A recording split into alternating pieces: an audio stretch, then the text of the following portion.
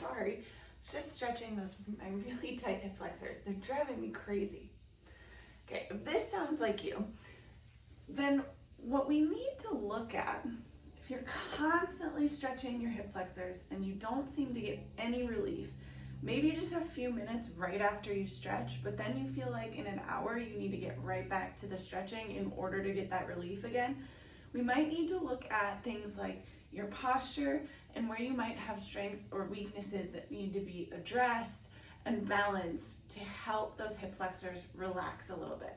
Okay, so the first thing we need to look at is that pelvis spilling forward, major arch in your low back? Maybe you're really grippy and your shoulders are hunched and your butt is kind of tucked. Okay, if we're in either of those extremes, that can cause some tightness in the hip flexors. What we really want to look for is making sure that our hips are directly under our rib cage without squeezing the glutes and cramming everything forward.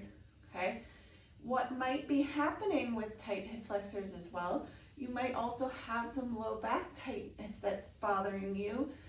They go hand in hand, okay? So we get this cross body connection here, which means if we make an X, so we have this tightness here, right? So our hip flexors and our lower back.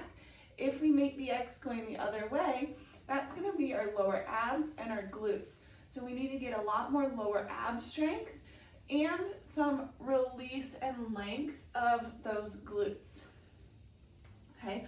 Once you can start to get more lower ab strength and we can get into those glutes a little bit better, you will start to see the tension in your hip flexors ease up without ever having to stretch them again.